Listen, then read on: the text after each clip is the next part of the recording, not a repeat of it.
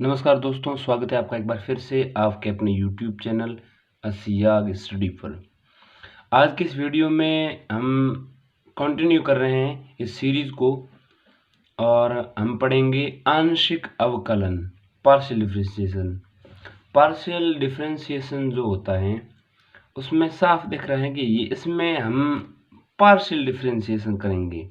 Partial का मतलब है कि किसी एक पार्ट का, पार्शियल का मतलब क्या है, किसी एक पार्ट का डिफरेंशिएशन यानी कि अवकलन करेंगे और दूसरे पार्ट को हम कांस्टेंट मान के चलेंगे, यानी कुछ कुछ भागों के अवकलन करेंगे और कुछ के नहीं करेंगे।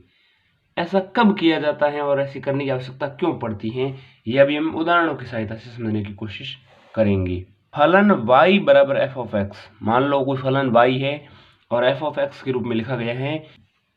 वेरिएबल है वो, ठीक है, उसकी वैल्यू जो है वो बदल रही है, वेरिएबल वेरी कर रही हैं और x का फलन है वो x पे डिपेंडेड है, ठीक है। परंतु z जो है वो f और y दो वेरिएबल्स पर डिपेंड करता है। यहाँ y जो है वो f ऑफ x के रूप में होता है और y स्वतंत्र चर है और x का फलन है, x का फलन है। y जो है वो एक चर है, वेरिएबल है, y की वैल्यू बदलेगी और x का फलन है यानी कि x पे डिपेंडेड है। इसी तरह से हम z करके प्रदर्शित करते हैं अगर वो दो वेरिएबल्स यानी दो चरों, वो x और y दोनों का फलन है, ठीक है, और z दो स्वतंत्र चरों x और y का फलन है। इन दोनों चरों पर वो डिपेंड करता है, x और y दोनों की वैल्यू वेरी करेगी और वो z की वैल्यू को भी बदलेगी। उदाहरण लेके समझेंगे। आप बस इतना समझिए कि y जो फलन है वो कि एक चर का फलन है और z जो फलन है वो दो चरों का फलन होगा। तो इसको z को जनरली इस प्रकार से प्रदर्शित किया जाता है, z बराबर f of x comma y में फलन z x के सापेक्ष y को अचर मानते हुए अवकलन करने पर। अब जब दो फलन हो, दो चर हो, तो दोनों को एक साथ अवकलन नहीं कर सकते। ऐसी स्थिति में किसी एक चर का अवकलन करेंगे, दूसरे को कांस्टेंट मान के चलेंगे, और फिर जब दूसरे का करेंगे तो पहले को कांस्टेंट मान के चलेंगे। मतलब आप समझ रहे हैं कि दो में से किसी एक के साथ तो हम ट्रीट करेंगे, दूसरे को हूबहू रहने देंगे।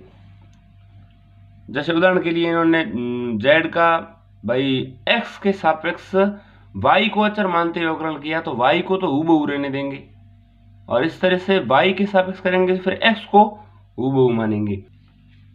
अब निर्देशित उदाहरणों में पहला उदाहरण है उदाहरण संख्या 1, निम्नलिखित के आंशिक अवकलन कीजिए।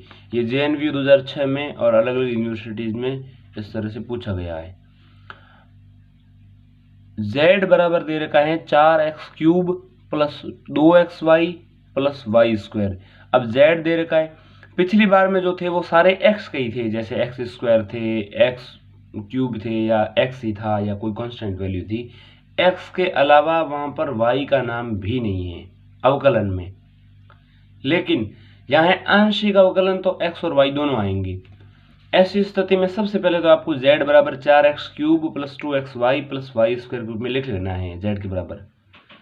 अब आपको लिखना है कि z का x के सापेक्ष y को अचर मानते हुए अवकलन करने पर, तो z का x के सापेक्ष करेंगे तो delta z upon delta x बराबर, यहाँ है 4x³, x है और x के सापेक्ष कर रहे हैं इसलिए इसका अवकलन होगा सामान्यतः।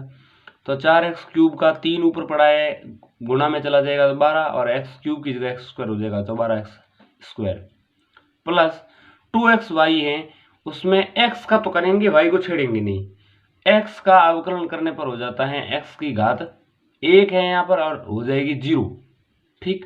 तो x गायब हो जाएगा, 2y रह जाएगा। अब मतलब ये समझ लीजिए कि y को तो आपने साइड में ले लिया, अब 2x का करेंगे तो 2 रहेगा और y तो सही साइड में इसलिए 2y रहा और वाई स्क्वायर का 0 हो जाएगा क्योंकि आपने कांस्टेंट माना है। इसी तरह से z का y के सापेक्ष x को अचर मान लो इस बार, और x वाली सारी वैल्यू 0 हो जाएंगी, जैसे 4x³ है वो 0 हो जाएगी। इसमें नहीं होगा क्योंकि y भी शामिल है और इसमें भी नहीं होगा, तो यहाँ हो जाएगा 2xy की जगह तो 2x, x के सापेक्ष करने पर 2y रहेगा और y के सापेक्ष करने पर 2x रहेगा। प्लस में यहाँ पर है वाई स्क्वायर जिसका हो जाएगा 2y। डेल्टा जेड बटा डेल्टा एक्स बराबर है 12x स्क्वायर प्लस 2y और डेल्टा जेड बटे डेल्टा वाई क्या है 2x प्लस 2y। इस तरह से इनका आंसर का अवकलन हो गया। अब ये दूसरा उदाहरण है, आप स्वयं प्रयास कीजिए इस पर और कमेंट बॉक्स में बताइए कि इसका आंसर आपको समझ में आया कि नहीं।